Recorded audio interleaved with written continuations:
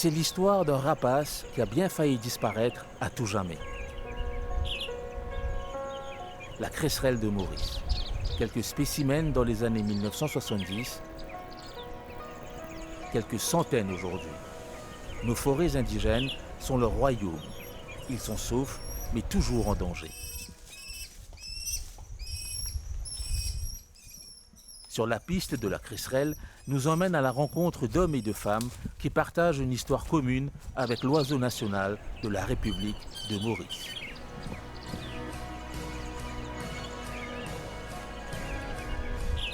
Dans ce deuxième épisode, la piste nous plonge dans la forêt de Pétrin.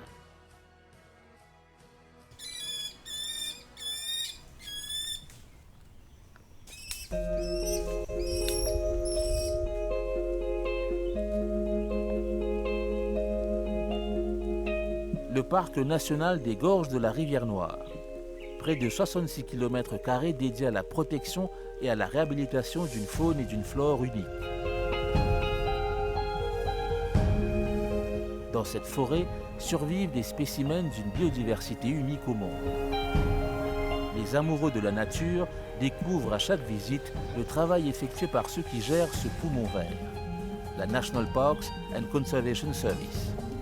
C'est le domaine, entre autres, de la grosse cateau verte, du pigeon rose des mares, du cardinal de Maurice. Et c'est là que chasse la Crecerelle.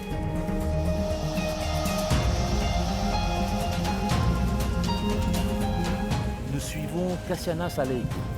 Nous sommes en janvier 2022. Cassiana a pour mission de nourrir les oisillons relâchés quelques semaines plus tôt.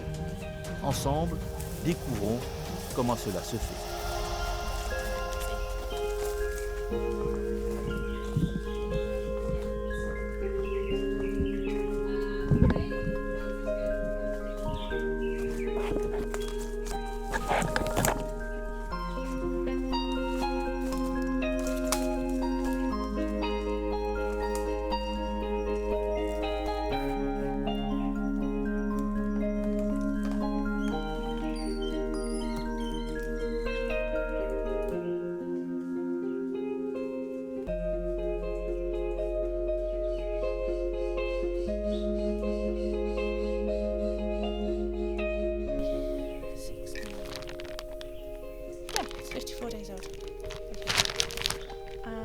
What did I say? I can't remember what I said.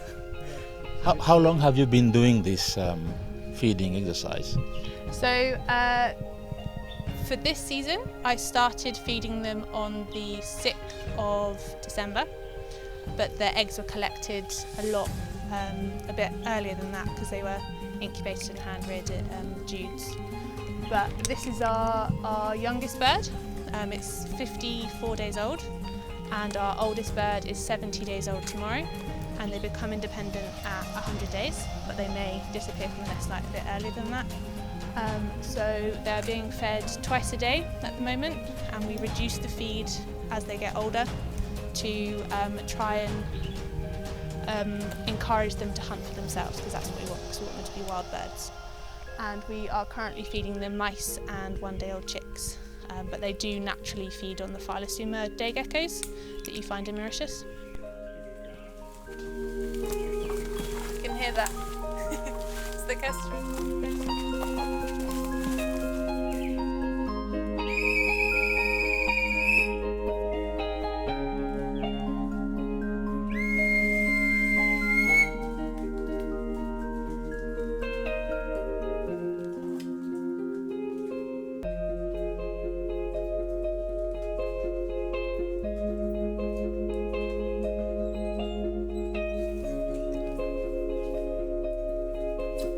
They're fed in the mornings and the afternoons, and there are 5 sites, and we released 16 birds in total, and we hope they will reach independence. And from what you've seen, are you satisfied about their health state? Yes, so I haven't seen any birds that are sick. We had one bird that had some tree sap stuck on its wing, but that was removed and it's flying fine, it's absolutely fine, and they're all coming back to the nest box. And yeah, there's no unusual behaviours that I've seen. They are starting to combine, so we've got this nest box here which is pick-pick, and then we've got one further up the hill called gambui, and the birds that were released in both the nest boxes are starting to be together, so hopefully they can learn from one another, and it's a good behaviour to see.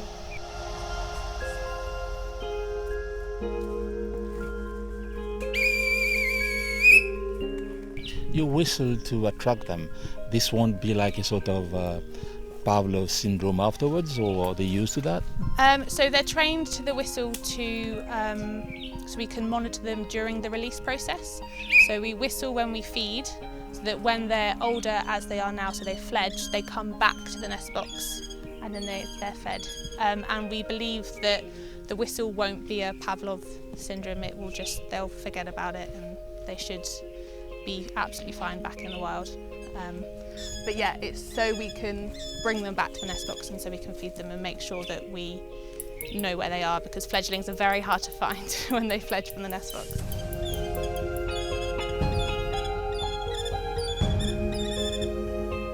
I suppose you must be very excited to see them every day. Yes, no, I love it. It's my third season working for the Mauritian Wildlife Foundation, and it's definitely a privilege to be able to work with such an amazing bird. What do you like with them? They're just very curious birds. They're interested in what you're doing, but then again, they're scared of you in a way. So it's like a love-hate relationship. If you want to try and help them, they won't let you go near them. But if you want them to go away, they'll stay in the trees and they won't come towards you. But yeah, they're just very inquisitive birds, and I love to see them develop and learn to hunt. So now we'll move to the next site? Yes. Yeah.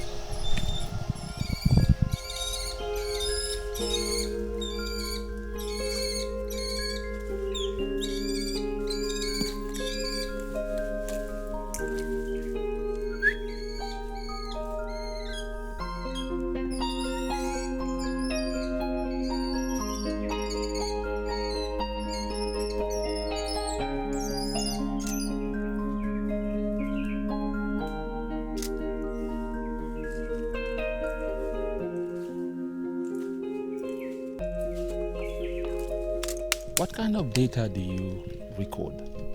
So at the moment I'm recording if the birds are seen and fed, so we can monitor to see if they're actually taking the food or not.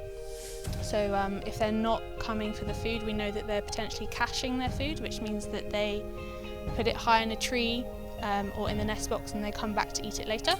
So I can find out if we have any birds caching food. And then I also record the health of the bird. I see if there's any issues or anything that I need to report to higher in management, or if there's anything that I can do, I'll write it down.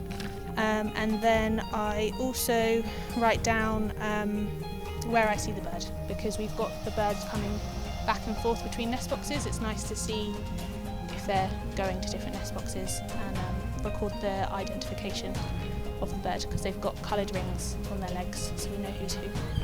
Today you have access to DNA, to blood samples, to sometimes you weigh them whenever you can, so you can judge their evolution. When you look back to data that was collected decades ago, what can you assess about their evolution? Is there any change or anything that tells you something?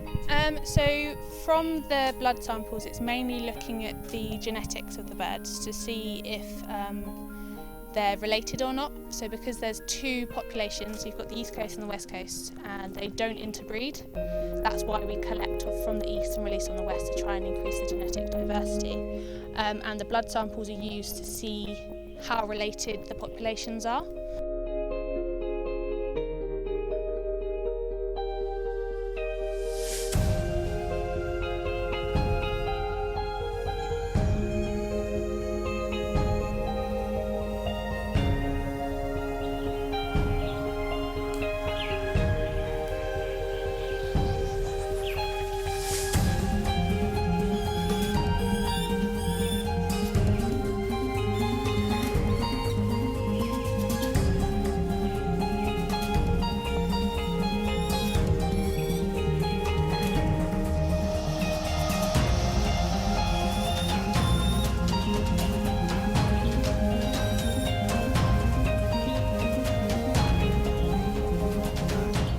in Bellorme, we have echoes breeding in kestrel nest boxes. So to try and prevent this, to allow the kestrels to have nest boxes to breed in themselves, we might try to put echo nest boxes nearby, so they use those instead of the kestrel. But they don't fight; they just like to use each other's nest boxes because they are completely different. I'm not sure if you've seen an echo nest box, but it's a long plastic tube compared to the wooden. Very different. But the echoes do like to breed in occasionally.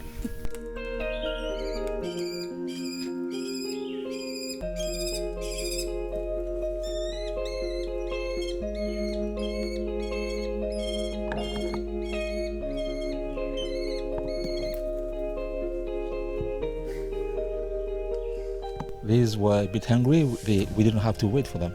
No, they actually were very fast today. Normally it takes a little bit longer to feed them, so that was good. And they have names. Yes, so from the nest boxes they are harvested from, are allocated themes, and the two that we just saw are called cashew and cauliflower. Is there any reason? So the theme of one of the nest boxes is nuts, and the other theme is vegetables. So you pick a nut and you pick a vegetable and you give it a name.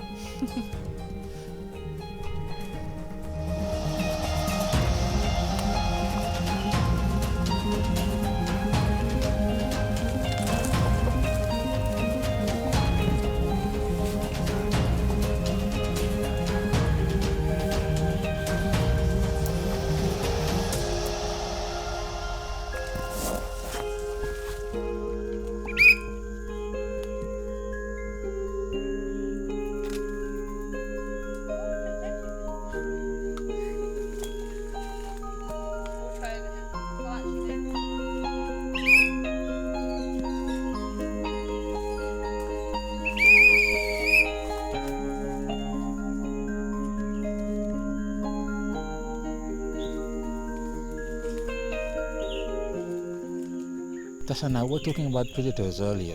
We can see on this site the tree is protected by some kind of trap.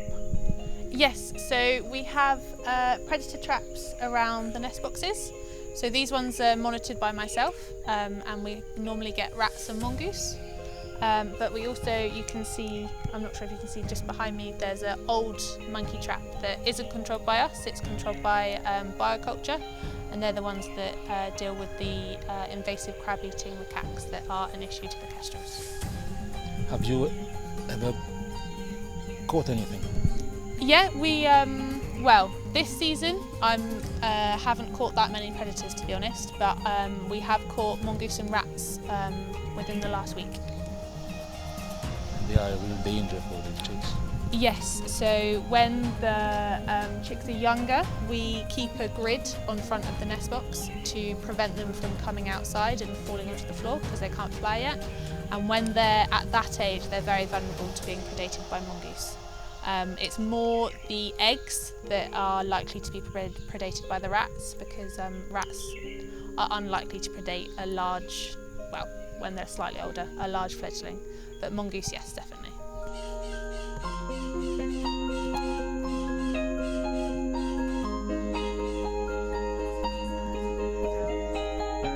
Il est ainsi durant les 3 premiers mois de la vie des Crecerelles, nées en captivité. Dans quelques semaines, elles quitteront leur nid pour se construire une vie et assurer ainsi la survie de leur espèce.